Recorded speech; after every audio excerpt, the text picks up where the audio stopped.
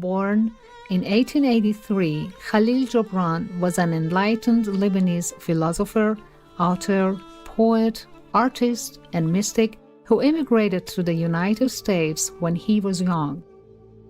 As a writer, he inspired a transformation in Arabic literature with his simple and direct style, as well as his choice of highly relatable themes.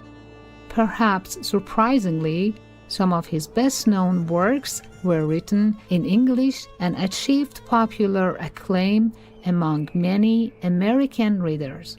Published in 1923, The Prophet became Kahlil Gibran's most famous work. This book, comprised of 26 poetic essays, was begun while he was still a youth in Lebanon. The Prophet made Kahlil Gibran one of the best-selling poets in the world. Its inspirational words have been quoted in various books and are still cited widely today for their uplifting wisdom and clarity. In a 1991 lecture given in Taiwan, also known as Formosa, Supreme Master Ching Hai read passages from the Prophet and revealed that Kahlil Gibran was not only a gifted poet, but also an enlightened master.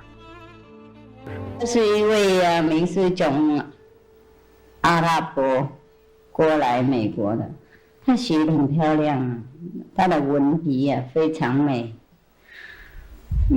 他把我们要讲的东西啊集中起来，然后表达得非常明白，有小话，不过多义啦，很漂亮。他走了以前呐，意思说他去涅槃以前，他的徒弟们，他徒弟们呢都合起来啊，问他一些最后的问题呀。不过这个人好像他很懂啦，很开悟啊，徒弟当然不多，不过很开悟。Today, we would like to share with you the following excerpt from The Prophet by Kahlil Gibran.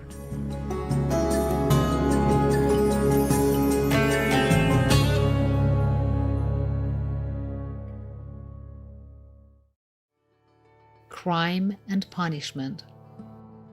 Then one of the judges of the city stood forth and said, "Speak to us of crime and punishment."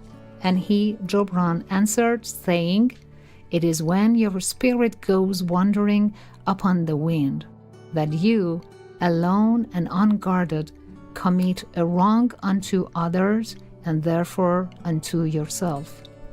And for that wrong committed, must you knock and wait a while unheeded at the gate of the blessed.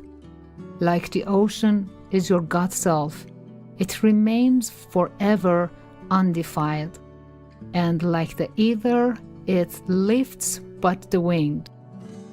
Even like the sun is your God self, it knows not the ways of the mole, nor seeks it the holds of the serpent.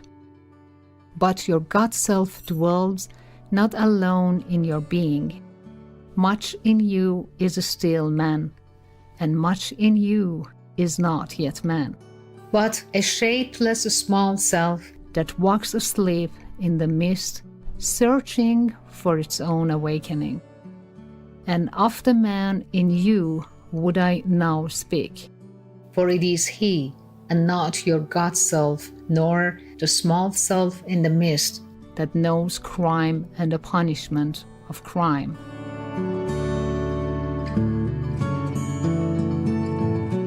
Oftentimes have I heard you speak of one who commits a wrong as though he were not one of you, but a stranger unto you and an intruder upon your world.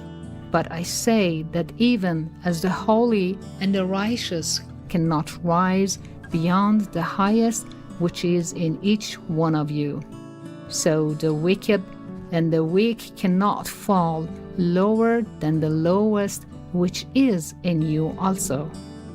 And as a single leaf turns not yellow, but with the silent knowledge of the whole tree, so the wrongdoer cannot do wrong without the hidden will of you all.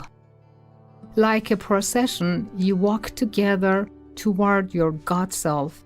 You are the way and the wayfarers.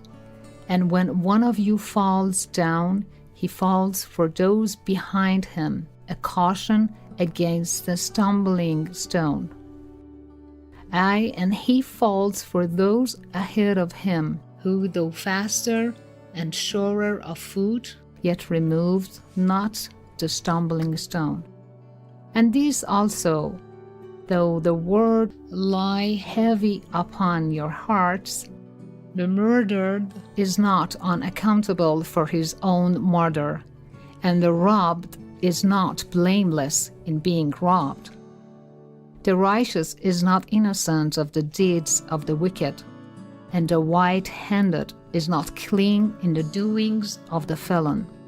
Yea, the guilty is oftentimes the victim of the injured, and still more often the condemned is the burden bearer for the guiltless and unblamed. You cannot separate the just from the unjust, and the good from the wicked, for they stand together before the face of the sun, even as the black thread and the white are woven together. And when the black thread breaks, the weaver shall look into the whole cloth, and he shall examine the loom also.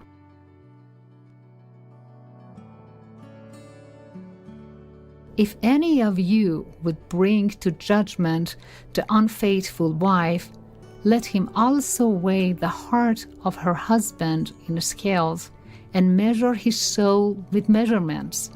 And let him who would lash the offender look unto the spirit of the offended.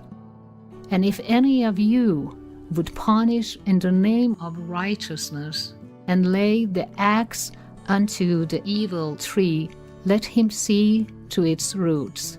And verily, he will find the roots of the good and the bad, the fruitful and the fruitless, all entwined together in the silent heart of the earth. And you judges, who would be just, what judgment pronounce you upon him, who though honest in the flesh, yet is a thief in spirit? What penalty lay you upon him, who slays in the flesh, yet is himself slain in the spirit?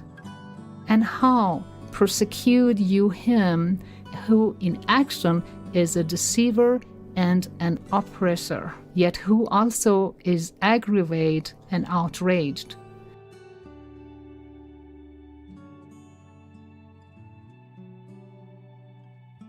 And how shall you punish those whose remorse is already greater than their misdeeds? Is not remorse the justice which is administered by that very law which you would fain serve? Yet you cannot lay remorse upon the innocent, nor lift it from the heart of the guilty. Unbidden shall it call in the night, that men may wake and gaze upon themselves. And you, who would understand justice, how shall you, unless you look upon all deeds in the fullness of light? Only then shall you know that the erect and the fallen are but one man standing in twilight, between the night of his small self and the day of his God self, and that the cornerstone of the temple is not higher than the lowest stone in its foundation.